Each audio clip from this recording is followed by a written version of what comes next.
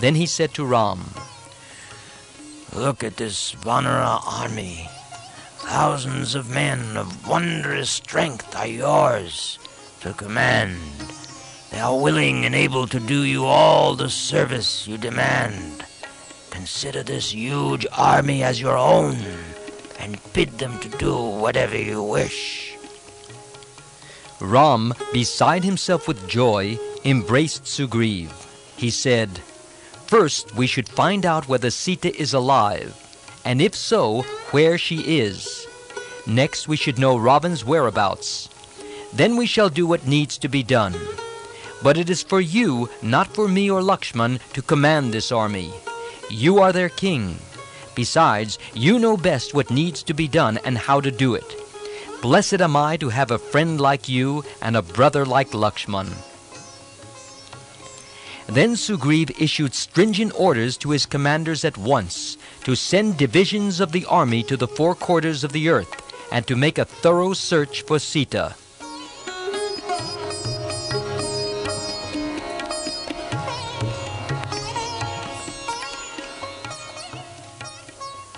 After sending away the other leaders, Sugriv took Hanuman aside and told him, "Son of the wind god, possessing the strength and splendor of your father, you alone can succeed in this task.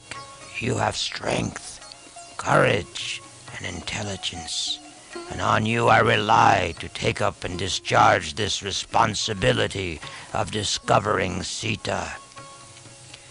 Ram too felt that Hanuman's efforts would be crowned with success. Whatever obstacles turned up, he felt that Hanuman would find a way of overcoming them. He gave his signet ring to Hanuman and said, "Take this ring.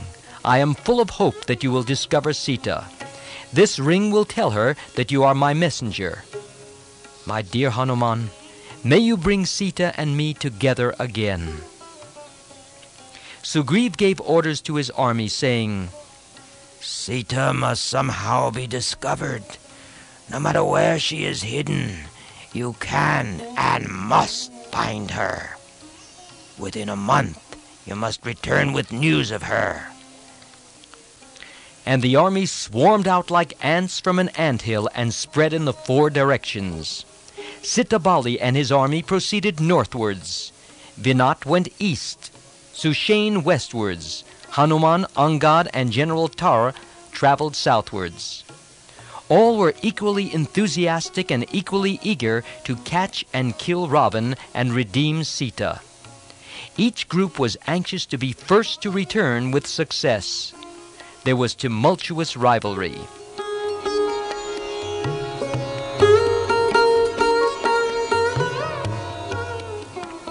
Ram inquired of Sugriv, "You described every quarter and region of the earth, like one who has seen the whole world with his own eyes. How and when did you see it all?" Sugriv replied, "You will remember, my lord, how Vali pursued me in all directions. Wherever I went, he still pursued me, and so I had to wander over the face of the whole world. I thus had occasion to see every part of this planet. Later I learned about the spot where sage Matanga had built his ashram. If Vali had entered that region, his head would have broken into pieces by the sage's curse.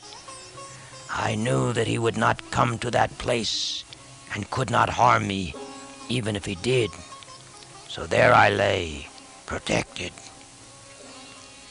The hordes that went north, east, and west returned in a month and reported that Sita was not to be found anywhere.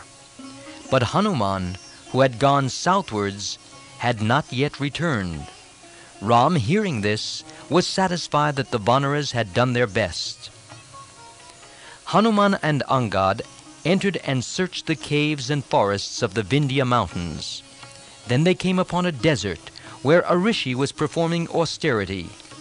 By his curse, it was devoid of trees and plants, of birds and beasts. Traveling further south, they saw a big demon. The cruel one, regarding the Vanara crowd as a good meal, sprang up to catch them. They thought at first that this was no other than Ravan. Angad rushed towards him and gave him a mighty blow. Unable to stand it, the demon spat blood, fell on the earth, and lay dead like a great hill. Rejoicing in the thought that Ravan was dead, the Vanars searched the forest for Sita, but there was no sign of her, and so they carried the search elsewhere.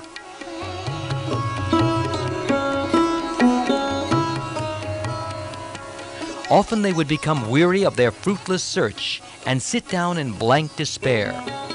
At such times, Angad, Gandhamadan, or some other leader would encourage them and make them resume the search. Many days were spent in this way, yet Sita was not to be seen, and they dreaded Sugriva's displeasure. They traveled very far southwards in their search.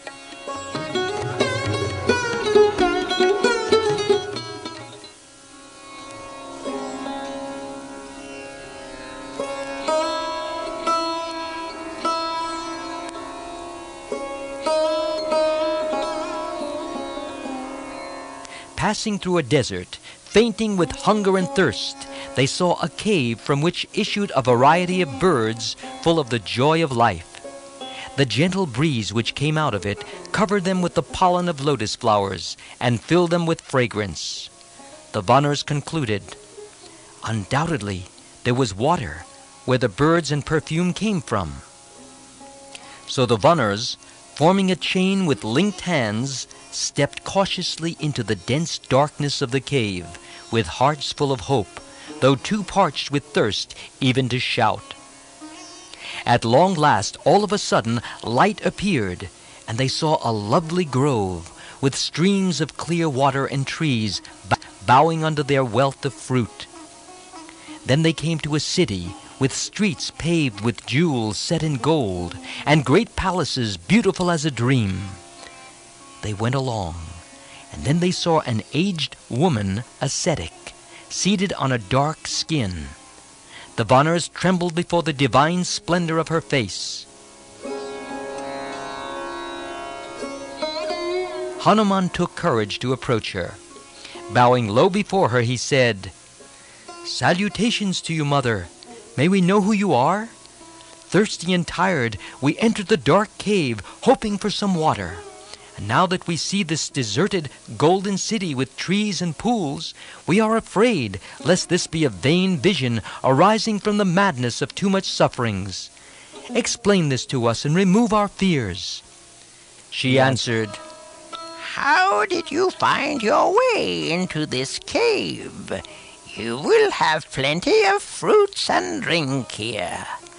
This palace was built by Maya, the architect of the demons. He learnt the art from Sukracharya. Long and happily did Maya live here, till he incurred the enmity of Indra, who killed him. Later, Indra gave this golden palace to Hema, my friend. These buildings and parks are hers. At present, she has gone to the abode of the gods. But what is your purpose in coming here? Why did you weary yourself wandering in the forests?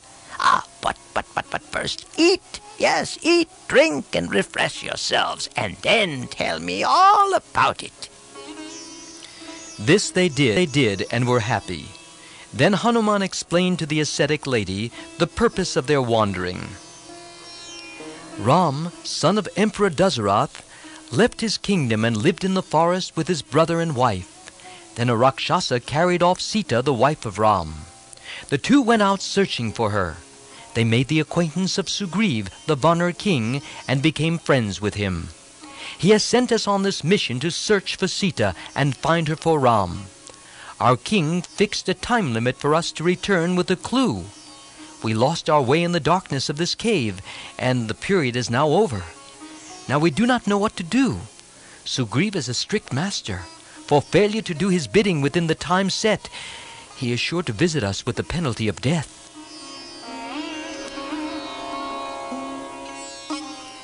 Swayamprabha was the name of the ascetic woman, and she said, Alas, you cannot by yourselves go out of this cave. No stranger who enters it can go out of it with his life. But yours is a great mission, and I must, by my power, transport you out. Now, shut your eyes. Accordingly, they shut their eyes. Then, all at once, they found themselves on the seashore.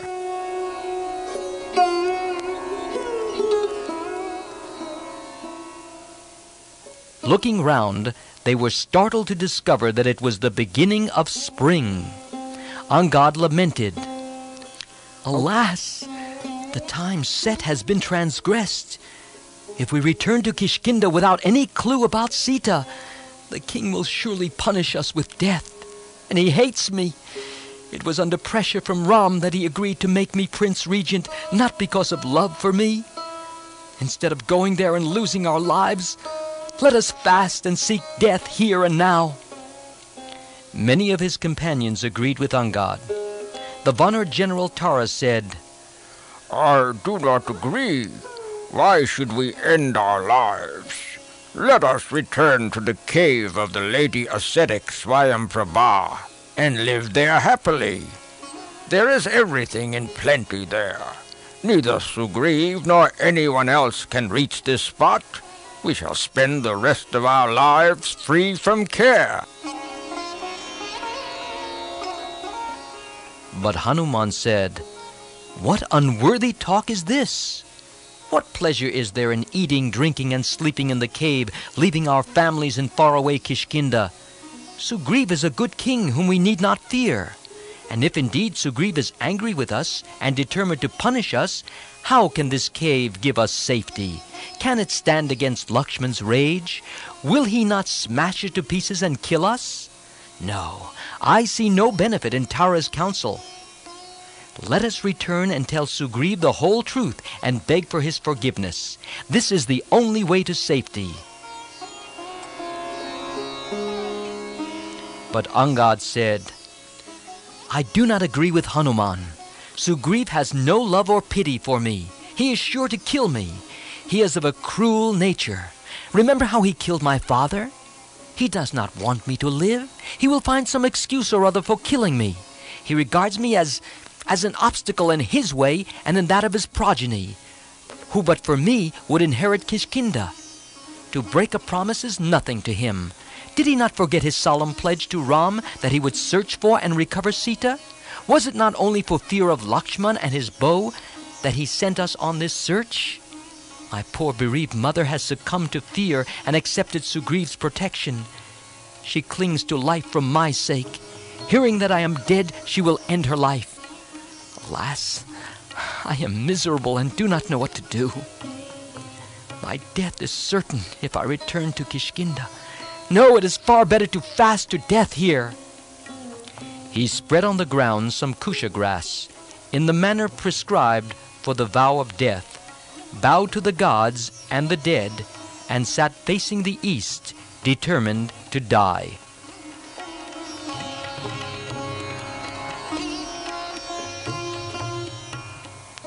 When Angad took this vow and sat in the posture of a fast unto death, the other Vanaras cried in grief, and then resolving to fast with him and die, they also sat facing east.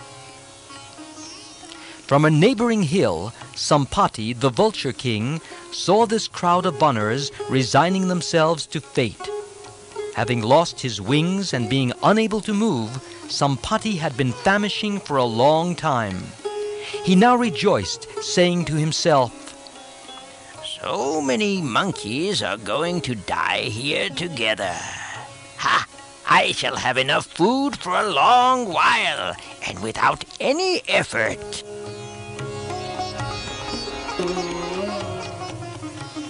Meanwhile, the Vanaras, expecting death, were recalling the past and talking to one another, and loudly lamenting over all that had happened.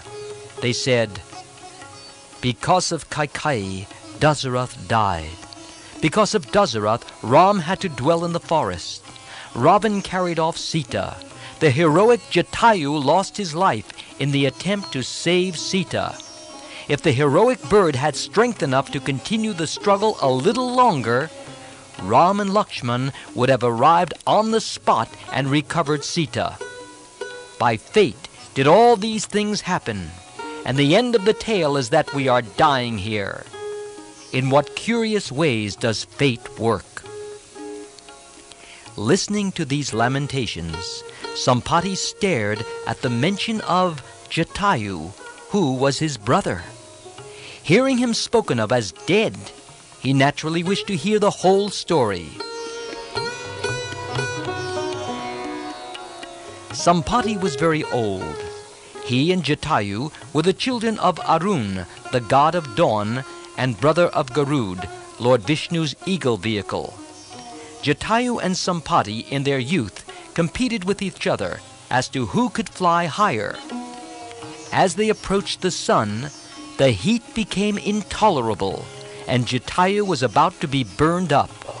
But Sampati spread his wings and protected his brother from the fury of the sun. Jatayu was saved, but Sampati's wings were burned off. Unable to fly, he fell down on a hill. Since then, he could not move, but stayed in the same place, ever hungry for food and just alive. He now asked in agony, "Who brings sad news of my dear brother Jatayu?"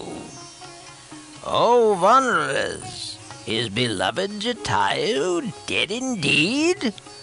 Why did Ram, son of King Dasarath, go to the forest? Why did he lose his wife? Was Jatayu killed by Ravan? Tell me all."